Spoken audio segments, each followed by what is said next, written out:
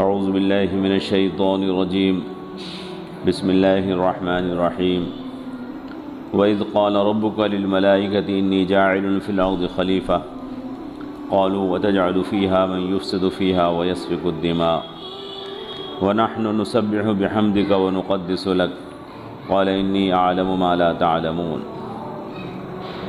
وَعَلَّمَ آدَمَ الْأَسْمَاءَ كُلَّهَا ثُمَّ عَرَضَهُمْ عَلَى الْمَلَائِكَةِ فقال أنبئوني بأسماء هؤلاء إن كنتم صادقين قالوا سبحانك لا علم لنا إلا ما علمتنا إنك أنت العليم الحكيم قال يا آدم أنبئهم بأسمائهم فلما أنبأهم بأسمائهم قال ألم أقل لكم إني أعلم غيب السماوات والأرض وأعلم ما تبدون وما كنتم تكتمون وَإِذْ قَالَ رَبُّكَ لِلْمَلَائِكَةِ إِنِّي جَاعِلٌ فِي الْأَرْضِ خَلِيفَةً، اور جب کہا آپ کے پروردگار نے فرشتوں سے کہ میں زمین میں خلیفہ بنانے والا ہوں، اور جب کہا آپ کے پروردگار نے فرشتوں سے کہ میں زمین میں خلیفہ بنانے والا ہوں، قَالُوا وَتَجْعَلُ فِيهَا مَن يُفْسِدُ فِيهَا، وہ بولے کیا تو بنائے گا اس میں اس کو جو اس میں فساد پھیلائے گا، وَيَسْفِكُ الدِّمَاءَ، اور وہ خونوں کو بہائے گا، وَنَحْنُ نُسَبِّحُ بِحَمْدِكَ وَنُقَدِّسُ لَكَ، اور ہم تیری تعریف کے ساتھ تسبیح کرتے ہیں اور تیری بزرگی بیان کرتے ہیں۔ قَالَ إِنِّي أَعْلَمُ مَا لَا تَعْلَمُونَ، اللہ نے فرمایا میں جانتا ہوں جو تم نہیں جانتے۔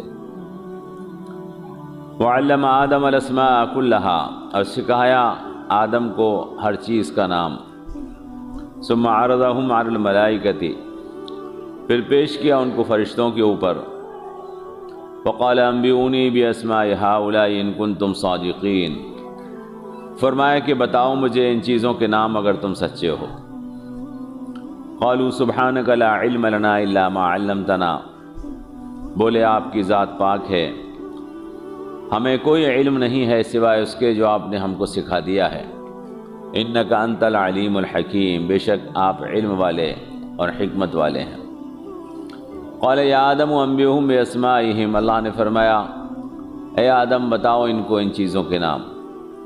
فلما انبأہم باسمائہم، جب انہوں نے ان کو ان کے نام بتا دیے، قال الم اقل لکم انی اعلم غیب السماوات والارض، اللہ نے فرمایا کیا میں تم سے نہیں کہتا تھا کہ میں آسمانوں اور زمین کے غیب کو جاننے والا ہوں، وَأَعْلَمُ مَا تُبْدُونَ وَمَا كُنْتُمْ تَكْتُمُونَ، اور میں جاننے والا ہوں اس چیز کو جس کو تم چھپاتے ہو اور جس چیز کو تم ظاہر کرتے ہو۔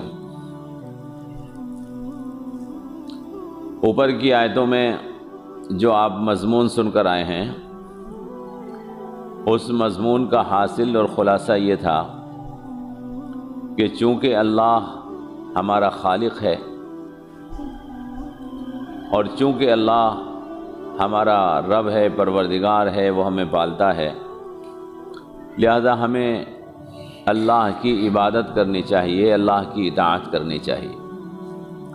خالق ہونے کی وجہ سے اور رب ہونے کی وجہ سے صرف اللہ کا حق ہے کہ اس کی اطاعت کی جائے اور اسی کی عبادت کی جائے۔ اوپر جو مضمون سن کر آئے ہیں ان سب کا خلاصہ اور حاصل یہ تھا۔ اب یہاں سے اللہ تبارک و تعالیٰ ایک اور چیز بیان فرما رہا ہے، اور اس کو بیان کرنے سے ایک تو وہی بات ثابت ہو رہی ہے جو اوپر کہی گئی تھی کہ ہمیں اللہ کی اطاعت اور اللہ کی عبادت کرنی چاہیے، اور دوسرے اس واقعے کو بیان کرنے سے یہ بھی ثابت ہو رہا ہے کہ اللہ کے رسول دنیا کے اندر آتے ہیں اور ہمیں ان باتوں کو بتاتے ہیں کہ جنہیں ہم خود نہیں جان سکتے۔ حضرت آدم علیہ السلام جو ہم تمام انسانوں کے بابا ہیں کہ ساری انسانیت انہی کی اولاد ہے، وہ کیسے پیدا ہوئے تھے، ان کو زمین کے اوپر کیسے بھیجا گیا تھا، یہ ہم نہیں جان سکتے۔ اس لیے کہ ان کا دنیا میں تشریف لانا انسانوں کے پیدا ہونے سے پہلے کا واقعہ ہے، اور اپنے پیدا ہونے سے پہلے کے واقعات کو ہم خود نہیں جان سکتے، ہم نے ان کو دیکھا نہیں۔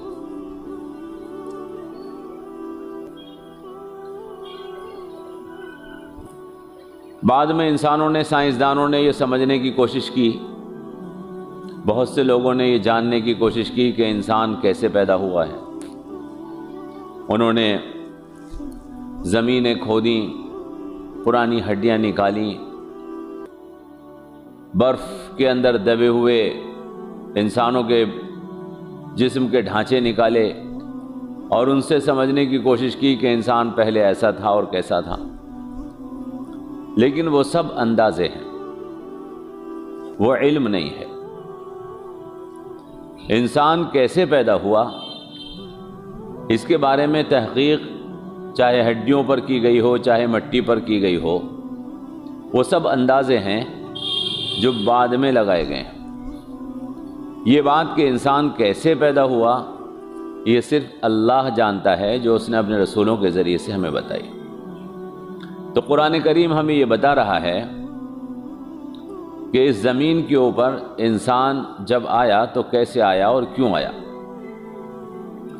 ان آیات کے اندر اس چیز کو بیان کیا جا رہا ہے۔ تو اللہ نے فرمایا کہ وَإِذْ قَالَ رَبُّكَ لِلْمَلَائِكَةِ إِنِّي جَاعِلٌ فِي الْأَرْضِ خَلِيفَةً۔ معلوم یہ ہوا کہ رسولوں کی ہمیں اس لیے ضرورت ہے کہ بہت سی چیزیں ایسی ہیں جو ہم سے پہلے تھیں، اور ہمیں معلوم ہونا چاہیے کہ ہم سے پہلے جو چیزیں تھیں وہ کیوں ہوئیں اور کیسے ہوئیں، اور یہ صرف رسول بتا سکتے ہیں۔ اور بہت سی چیزیں ایسی ہیں کہ جو ہمارے بعد ہوں گی، جو ابھی وجود میں نہیں آئی ہیں، انسان ان کو بھی نہیں جان سکتا، لہذا وہ بھی ہمیں رسول بتائیں گے۔ لہذا رسولوں کی ہمیں ضرورت ہے اس لیے کہ وہ بتائیں کہ انسان کی ابتدا کیسے ہے، اور رسولوں کی ضرورت ہے ہمیں اس لیے کہ رسول ہمیں بتائیں کہ انسان مر جاتا ہے تو پھر کیا ہوتا ہے۔ ان دونوں کاموں کے لیے، اپنی ابتدا کے لیے بھی اور اپنی انتہا کے لیے بھی، ہمیں رسولوں کی ضرورت ہے۔ اگر رسول نہ ہوں گے تو ہمیں نہیں پتہ چلے گا کہ ہماری ابتدا کیسے ہوئی، اور پھر ہم مر جائیں گے تو پھر ہمارا کیا بنے گا۔ اس لیے اللہ تبارک و تعالی نے یہاں پر یہ واقعہ بیان فرمایا، اور اس لیے بھی بیان فرمایا کہ انسان کی حیثیت اس زمین کے اوپر کیا ہے۔ انسان کی حیثیت اس زمین کے اوپر اللہ کے خلیفہ کی ہے۔ خلیفہ کس کو کہتے ہیں؟ خلیفہ کہتے ہیں اس کو جس کو کوئی اپنا کام سپرد کر دیتا ہے کہ تم اس کام کو میری طرف سے کرو، وہ خلیفہ ہوتا ہے۔ آپ نے کسی شخص کو اپنا کوئی کام سپرد کیا، مثلا آپ کے گھر پر کسی کی شادی ہے،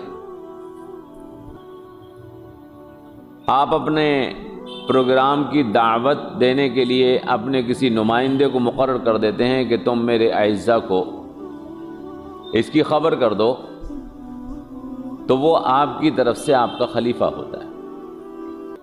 وہ کام آپ کو کرنا تھا اس لیے کہ داعی آپ ہیں، لیکن اس کام کو آپ نے کسی دوسرے کے سپرد کیا کہ تم اس کو مکمل کرو، تو وہ خلیفہ ہے۔ تو اللہ تبارک و تعالی نے اس زمین پر انسان کو اپنا خلیفہ بنایا، اور خلیفہ کا کام کیا ہوتا ہے؟ خلیفہ کا کام یہ ہوتا ہے کہ جو کام اس کے سپرد کیا جائے وہ اس کو صحیح پورا کرے۔ جو کام خلیفہ کے سپرد کیا گیا ہے وہ اس کو صحیح پورا کرے۔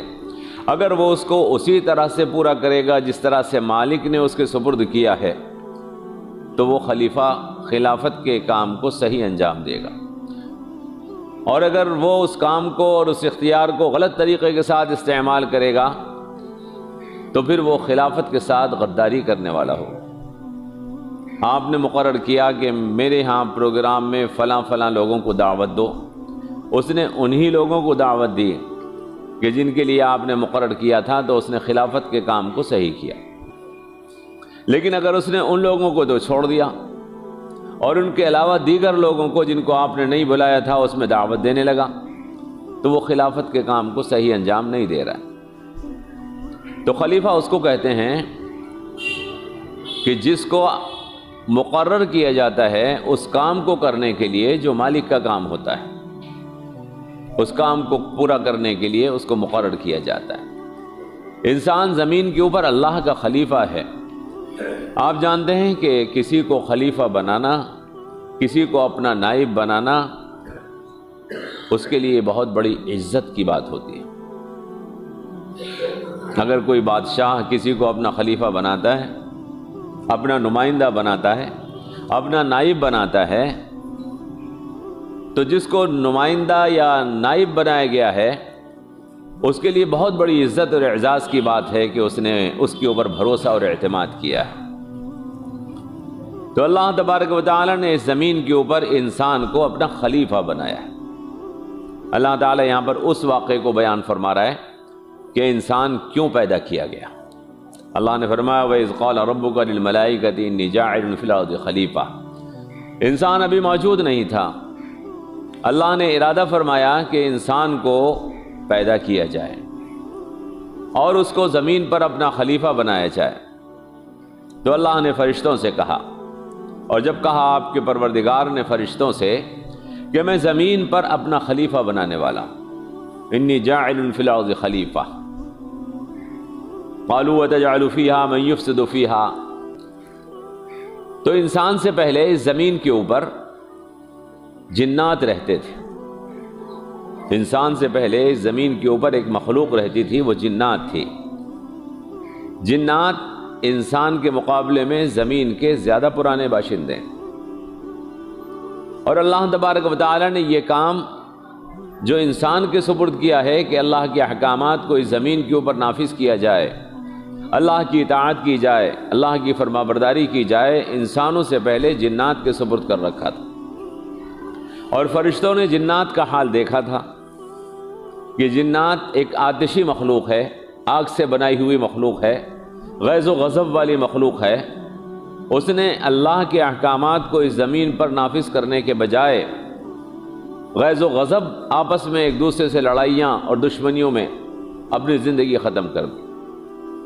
وہ اللہ کی زمین پر اللہ کی خلافت کے کام کو پورا نہیں کر سکے، بلکہ انہوں نے زمین کے اندر ظلم، ایک دوسرے کے اوپر زیادتیاں اور نافرمانیوں سے اس زمین کو بھر دیا۔ تو فرشتوں نے یہ ساری بات دیکھی تھی۔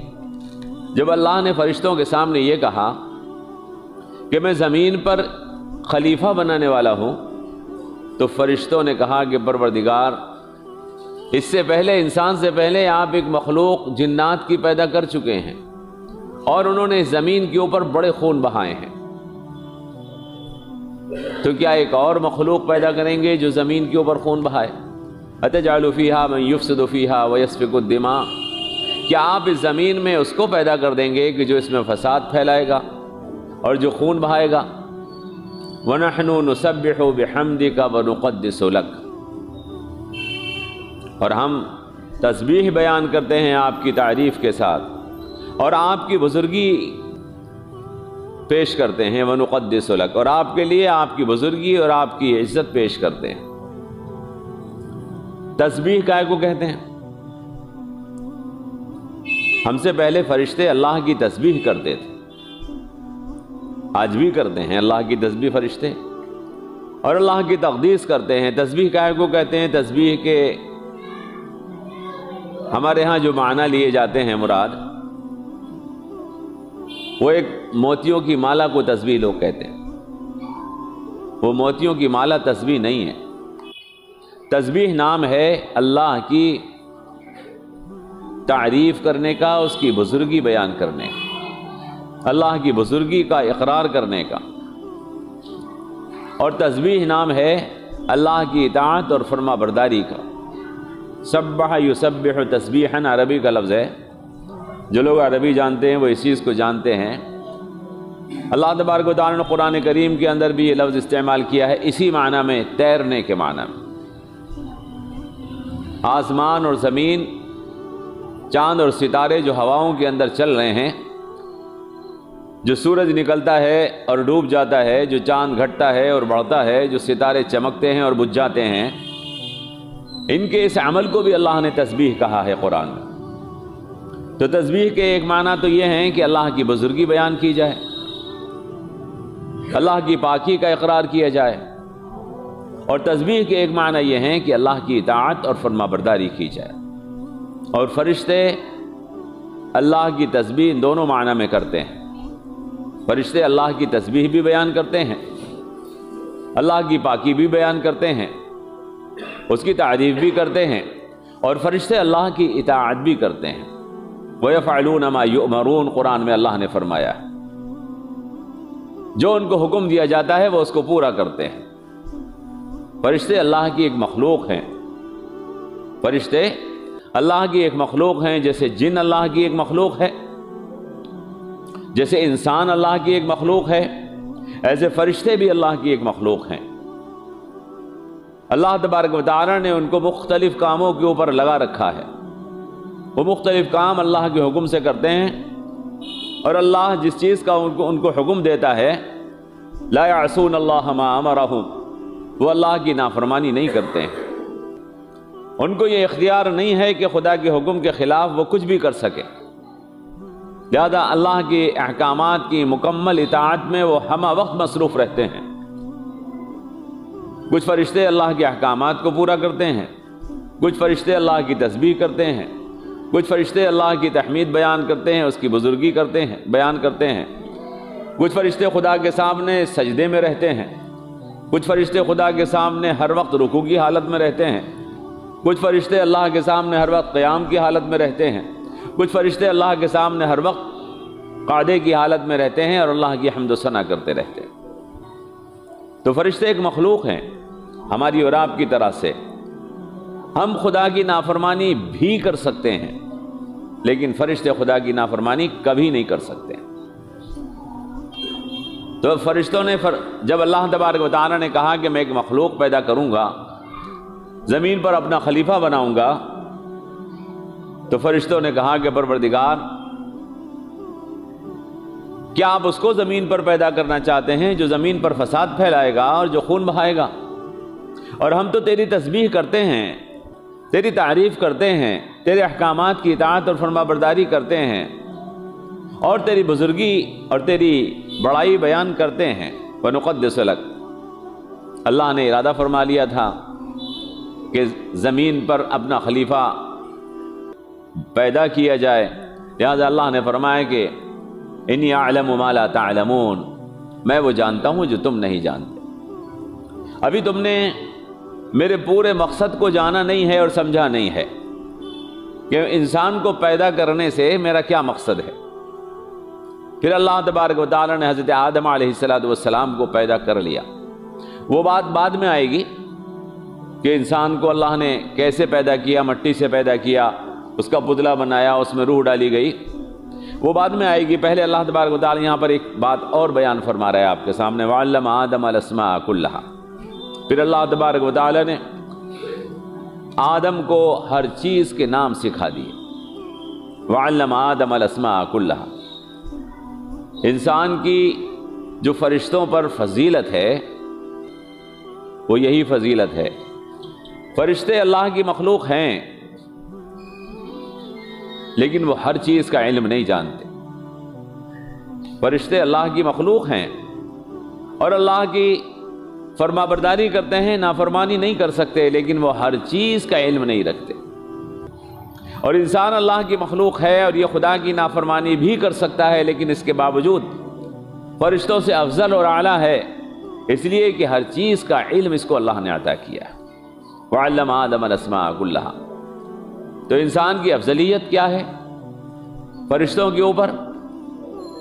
ایسا نہیں ہے کہ فرشتے کچھ نہیں جانتے، فرشتے جانتے ہیں۔ جو اللہ تبارک و تعالی نے ان کے کام سپرد کیا ہوا ہے، اس کام کے بارے میں وہ پوری طرح سے جانتے ہیں، لیکن صرف وہ جانتے ہیں جو اللہ نے ان کو بتا دیا ہے، اور جس کام کے کرنے کے اوپر انہیں مقرر فرما دیا ہے۔ اس کے علاوہ فرشتے اور دوسرے شعبوں کو نہیں جانتے، لیکن انسان کی یہ خوبی ہے کہ اللہ تبارک و تعالیٰ نے انسان کو ہر شعبے کا علم عطا فرمایا ہے۔ وعلم آدم الاسماء کلہا، اور اللہ نے آدم کو ہر چیز کا نام سکھا دیا۔ اب یہاں پر میں علم پر زیادہ تفصیلی بات نہیں کروں گا، انشاءاللہ علم کے سلسلے میں آپ کو بعد میں بتاؤں گا، لیکن آپ یہ بات سمجھ جائیں کہ انسان کی فضیلت اور مخلوق کے اوپر اس کے علم کی وجہ سے، انسان کی افضلیت اور مخلوق کے اوپر اس کے علم کی وجہ سے۔ اور جو انسان علم سے دور ہیں وہ فرشتوں سے افضل نہیں ہیں، جو علم والے ہیں وہ فرشتوں سے افضل ہیں۔ جناب رسول اکرم صلی اللہ تعالیٰ علیہ وسلم کا علم تمام انسانوں میں سب سے زیادہ ہے، لہذا حضور اکرم صلی اللہ علیہ وسلم تمام مخلوق میں سب سے افضل اور اعلیٰ ہیں علم کی بنیاد پر، اور جن کے پاس علم نہیں ہے وہ افضل نہیں ہے، بلکہ ثم رددناہ اسفل سافلین، اللہ نے قرآن میں فرمایا ہے جو علم والے نہیں ہوتے اللہ تبارک و تعالیٰ انہوں نے بدترین درجوں تک پہنچا دیتا ہے۔ انسان کو اللہ تبارک و تعالیٰ نے ایک ایسی مخلوق بنایا ہے کہ اگر یہ علم حاصل کرتا ہے تو سب سے افضل اور اعلیٰ بن جاتا ہے، جناب محمد رسول اللہ بن جاتا ہے، اور جب یہ علم سے دور ہوتا ہے اور جہالت میں مبتلا ہو جاتا ہے تو سب سے بدترین بن جاتا ہے اور ابو جہل بن جاتا ہے، پھر کتے اور بلی سے بھی بدتر ہو جاتا ہے۔ تو انسان کی افضلیت جو ہے وہ علم ہے۔ وعلم آدم الاسماء کلہا، اور اللہ نے آدم کو ہر چیز کا علم عطا کیا، ہر چیز کے ناموں کا علم عطا کیا۔ ثم عرضہم علی الملائکۃ، پھر آدم علیہ السلام کو فرشتوں کے سامنے پیش کیا۔ فقال انبئونی باسماء ہؤلاء، اور فرشتوں سے کہا کہ بتاؤ مجھے ان چیزوں کے نام، ان کنتم صادقین، اگر تم یہی سمجھ رہے تھے کہ انسان کو پیدا کرنے کی ضرورت نہیں ہے اور ہم ہیں تو اے اللہ اس ضرورت کو پورا کرنے کے لیے جس ضرورت کے لیے آپ انسان کو پیدا کر رہے ہیں، تو اب بتاؤ ان چیزوں کے نام جو میں نے آدم کو سکھا دیے ہیں۔ اس سے یہ چیز معلوم ہو رہی ہے اور آپ کو سمجھنی چاہیے کہ فرشتے علم حاصل کیے ہوئے ہیں لیکن ایک شعبے کا، لیکن تمام شعبوں کا علم فرشتے حاصل نہیں کر سکتے، تمام شعبوں کا علم فرشتے حاصل نہیں کر سکتے، ان کے اندر یہ خاصیت اور یہ کمال موجود نہیں ہے، لیکن انسان کے اندر اللہ تبارک و تعالیٰ نے یہ خاصیت رکھی ہے اور اس کی صفت بنائی ہے کہ وہ تمام چیزوں کا علم حاصل کر سکتا ہے۔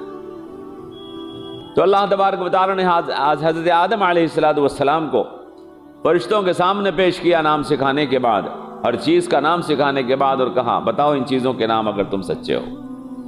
قالوا سبحانک لا علم لنا الا ما علمتنا، فرشتوں نے کہا کہ آپ کی ذات پاک ہے ہمارے پروردگار، ہمیں تو صرف اتنا معلوم ہے جتنا آپ نے بتا دیا ہے، ہم اس سے زیادہ کچھ نہیں جان سکتے۔ انک انت العلیم الحکیم، کہ دراصل علم والے اور حکمت والے تو آپ ہی ہیں۔ انک انت العلیم الحکیم۔ پھر اللہ نے حضرت آدم سے فرمایا کہ یا آدم انبئہم باسمائہم، اے آدم اب ان کے نام تم ان کو بتا دو، انبئہم باسمائہم۔ اللہ تبارک و تعالیٰ کا علم تو تمام علموں میں مکمل ہے، اس کو تو کسی چیز کے بتانے کی ضرورت نہیں ہے، لیکن اللہ نے حضرت آدم علیہ السلام سے کہا کہ اب فرشتوں کو ان چیزوں کے نام تم بتا دو، انبئہم باسمائہم۔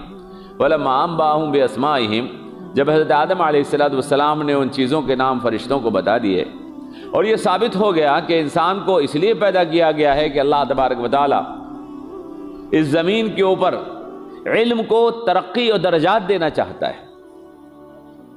قرآن کریم میں اللہ نے فرمایا یرفع اللہ الذین آمنوا منکم والذین اوتوا العلم درجات، قرآن کریم کی آیت ہے، سورہ مجادلہ کی ہے غالباً، یرفع اللہ الذین آمنوا منکم والذین اوتوا العلم درجات، اللہ تبارک و تعالیٰ نے تم میں سے ایمان والوں کو اور ان کو کہ جو علم والے ہیں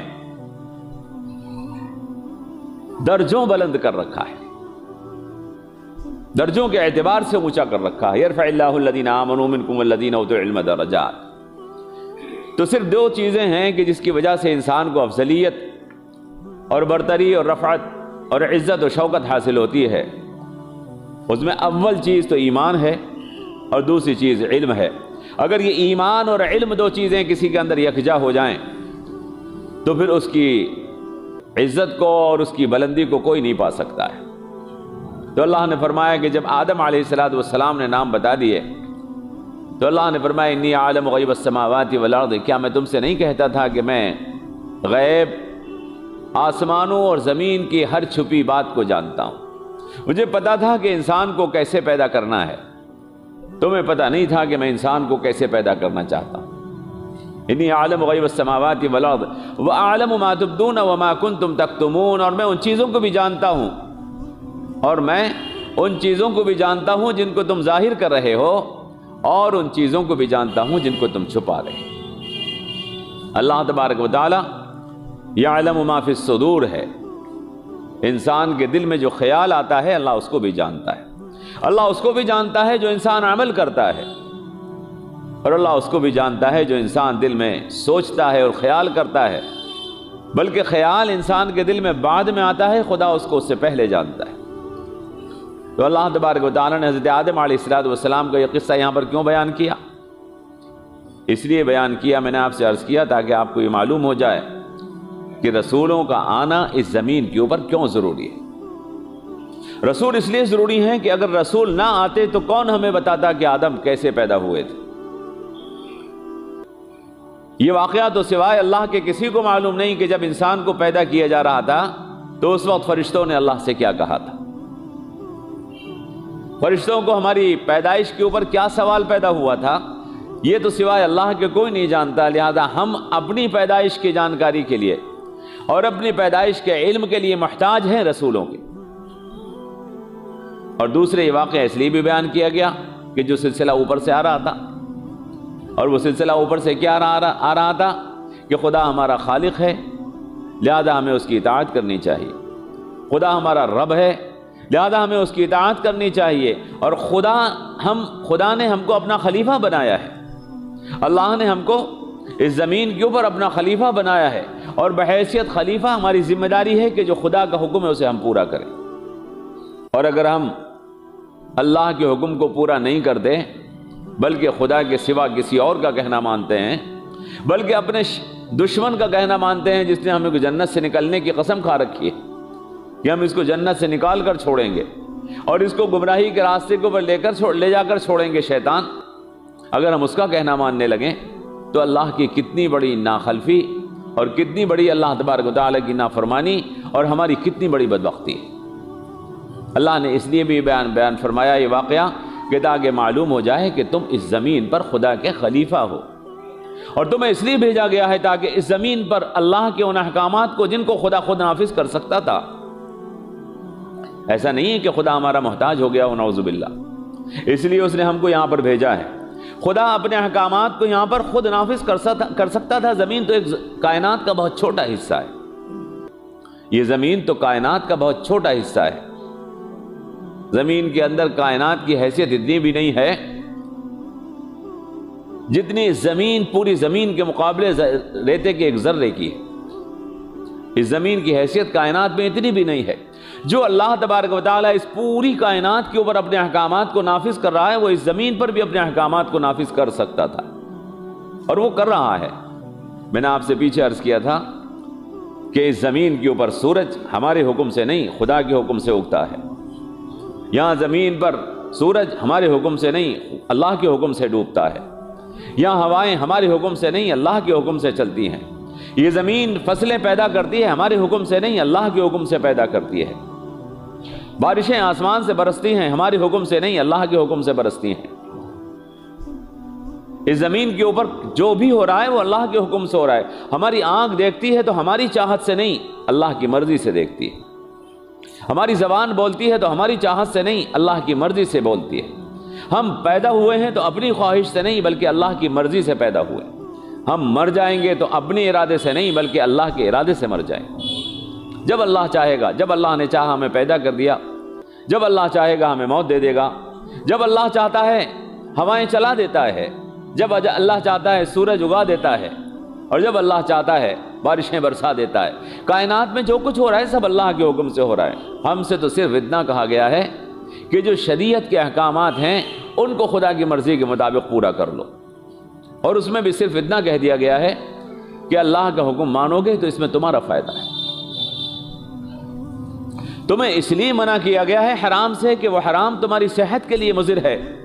شراب پیو گے تو عقل برباد ہو جائے گی، تمہارا معدہ بگڑ جائے گا، تمہارے سوچنے سمجھنے کی صلاحیتیں خراب ہو جائیں گی۔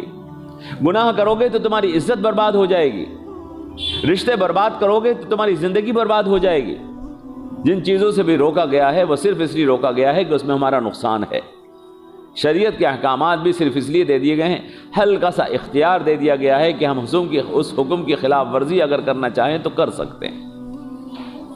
اس ہلکے سے اختیار سے ہم اتنے نافرمان ہو جاتے ہیں کہ اللہ کے منصب خلافت کو ہم نظر انداز کر دیتے ہیں، اللہ کے عطا کردہ منصب خلافت کو اور عزت کو ہم اٹھا کر پھینک دیتے ہیں، اور اپنے دشمن شیطان کا کہنا ماننے لگتے ہیں، اپنے مرنے کے بعد کی زندگی کو برباد کر دیتے ہیں۔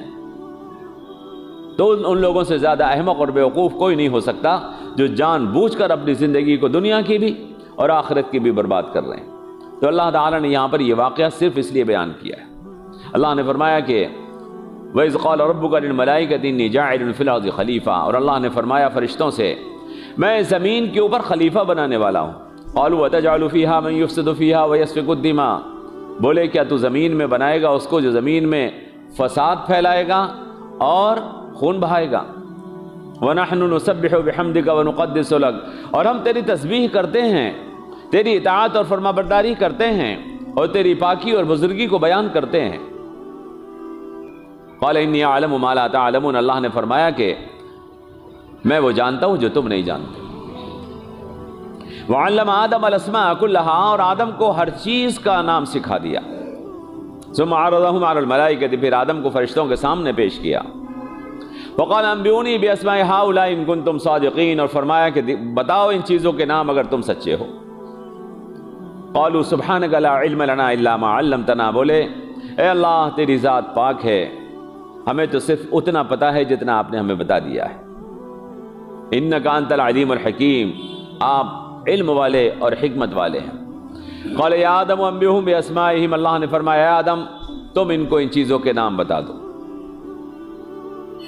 قَالَ أَلَمْ أَقُل لَّكُمْ، فَلَمَّا أَنبَأَهُم بِأَسْمَائِهِمْ، جب حضرت آدم علیہ السلام نے فرشتوں کو ان چیزوں کے نام بتا دیے تو اللہ نے فرمایا کہ أَلَمْ أَقُل لَّكُمْ إِنِّي أَعْلَمُ غَيْبَ السَّمَاوَاتِ وَالْأَرْضِ، کیا میں تم سے نہیں کہتا تھا کہ میں آسمان اور زمین کی ہر چھپی بات کو جانتا ہوں۔